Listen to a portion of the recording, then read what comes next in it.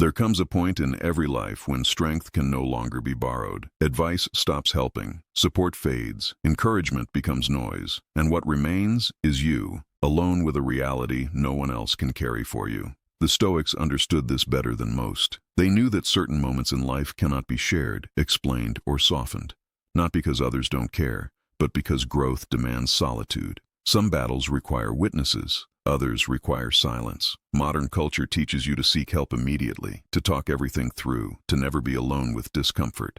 Stoicism teaches the opposite. It teaches that there are experiences that must be faced alone if you want to become unbreakable. Moments where no one can save you, moments where reassurance weakens you, moments where solitude is not punishment, but preparation. These moments are uncomfortable. They strip excuses, they remove distractions, and that is exactly why they build strength. This video is not about isolation. It is about self-confrontation, about facing the parts of life that shape character only when no one else is present. There are 7 things the Stoics believed every person must face alone, not to suffer, but to mature, not to harden, but to stabilize, stay until the end. Because once you understand what must be faced alone, you stop waiting for rescue and start becoming reliable to yourself. Before the Stoics spoke about strength, they spoke about self-reliance, not the kind that rejects others, but the kind that does not collapse when others are absent. They believed that some realities of life lose their meaning the moment someone else tries to carry them for you. Thing number 1, your inner fears. No one can face your fears for you. They can listen, they can advise, they can reassure. But when fear appears, real fear, you are alone with it. Fear of failure, fear of being inadequate, fear of being exposed, fear of wasting your life. Stoics did not run from fear. They sat with it. They understood that fear grows when avoided and shrinks when examined calmly. Most people distract themselves when fear rises. Stoics stayed present. They asked, what exactly am I afraid of? Is this fear based on reality or imagination? What part of this is within my control? This confrontation happens in silence. No audience, no comfort, and that is why it works. Fear faced alone becomes manageable. Fear avoided collectively becomes permanent. Why this must be done alone. If someone reassures you too quickly, you never develop inner stability. You borrow courage instead of building it. Stoics believed borrowed courage collapses the moment support disappears. True courage is formed when you realize you can sit with discomfort without running. That realization can only happen alone. Thing number 2, your personal failures. Failure is private by nature. You may explain it publicly, justify it socially, or joke about it. But the truth of failure is confronted in solitude. Stoics never blamed others for failure. They never rushed to explain themselves. They withdrew, not in shame, but in analysis. They asked, where did I act against reason? Where did emotion override discipline? What must change in me? This kind of honesty cannot be performed. It requires silence. Why failure builds strength only in solitude. When failure is discussed too early, it becomes an excuse, a story, a performance. But when failure is faced alone, it becomes instruction. Stoics treated failure as a teacher that only speaks when the room is quiet. They did not need sympathy, they needed clarity, and clarity is born in solitude. The Stoic difference between loneliness and solitude. Loneliness says, I am abandoned. Solitude says, I am responsible. Stoics chose solitude deliberately. They knew that responsibility is the foundation of strength. If someone else carries your fear, you remain fragile. If someone else explains your failure, you remain unprepared. Strength requires ownership. Ownership requires solitude. The Stoic inner shift, critical. When you face fear and failure alone, something irreversible happens. You stop seeing yourself as someone who needs saving. You start seeing yourself as someone who can endure. This is the beginning of real strength, not loud confidence, not motivational talk, quiet certainty. Stoic rule to lock in. Fear and failure are not enemies. They are tests that must be taken alone. The Stoics believed something most people resist. Strength is not built in comfort. It is built in confrontation. And the hardest confrontations are the ones that happen when no one is watching and no one is helping. Thing number 3, your own limits. Every person eventually meets their limits. Mental limits, emotional limits, physical limits. The point where effort stops working and excuses start appearing. Most people avoid this moment.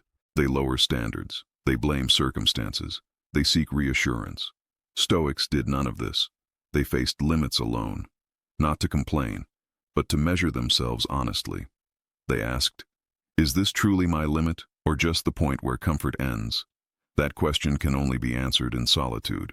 Why limits must be faced alone. When others are present, you perform. You pretend strength. You exaggerate endurance. You hide weakness. But when you are alone, performance ends. Only truth remains. Stoics believed progress begins the moment illusion dies. You cannot expand limits you refuse to acknowledge. Facing limits alone teaches humility, and humility is the foundation of real strength. Thing number 4, your moral compromises. This is one of the hardest things to face alone. The moments where you knew better but chose easier, where you stayed silent instead of speaking truth, where you took advantage, cut corners, or avoided responsibility. These moments haunt quietly. Stoics did not bury them. They faced them alone at the end of the day. No excuses, no justification, no audience. Just this question: did I act in accordance with reason and virtue? If the answer was no, they corrected themselves, not publicly, but privately. Why moral accountability requires solitude. When morality is discussed publicly, it becomes performance. When morality is faced privately, it becomes discipline. Stoics believed shame is useless, but responsibility is transformative. You cannot outsource conscience. You cannot delegate integrity. Facing moral failure alone strengthens character because it rebuilds alignment. Thing number 5, your need for approval. This is the quiet addiction almost everyone has. The need to be seen, to be liked, to be validated. Most people never confront this need. They feed it. Stoics starved it. They recognized approval-seeking as a form of dependency. Dependency creates weakness. Strength requires independence of judgment. Why approval must be faced alone? As long as others are present, approval feels normal. But in solitude, you hear the truth. I want to be accepted. Stoics did not judge this desire. They examined it. They asked, why do I need agreement? Why does rejection disturb me? Who am I without applause? These questions cannot be answered socially. They require silence, and silence reveals motive. The Stoic transformation here. When you face your need for approval alone, something breaks. You stop needing permission to live correctly. You stop adjusting yourself to be palatable. You begin acting from principle, not popularity. This is dangerous to comfort and powerful to character. The Stoic difference between strength and hardness. Facing these things alone does not make you cold. It makes you stable. You become less reactive because you are no longer running from yourself. You are familiar with your limits, aware of your compromises, detached from approval. Nothing outside surprises you anymore. Stoic rule to lock in. If you cannot face it alone, it will control you publicly. At the final stage of strength, Stoicism stops talking about effort and starts talking about acceptance, not passive acceptance, but conscious, disciplined acceptance of what no one can carry for you. There are 2 realities that every human must face alone. No mentor, no friend, no crowd, only you. Thing number 6. Your own responsibility for your life. This is the moment most people avoid forever. The realization that no one is coming to save you. Not your parents, not your partner, not society, not luck.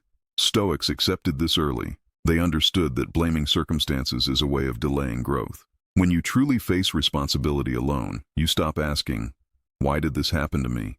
You start asking, what will I do about it? That question changes identity. Responsibility removes excuses. Excuses remove strength. Facing responsibility alone forces you to see your life clearly, your habits, your choices, your priorities, and once seen, they can no longer be ignored. This confrontation is uncomfortable, but it is also liberating, because responsibility means ownership, and ownership means power. Thing number 7, your mortality. This is the hardest truth of all. One day, you will die, and no one can do it for you. The Stoics did not fear this thought. They used it. They believed that remembering death clarifies life. When you face mortality alone, without distraction, without denial, everything unnecessary falls away. Petty arguments lose importance. Approval loses value. Fear of judgment weakens. You begin asking, what is worth my limited time? What kind of person do I want to be remembered as? What am I postponing that matters? These questions do not scream. They whisper, and they can only be heard in silence.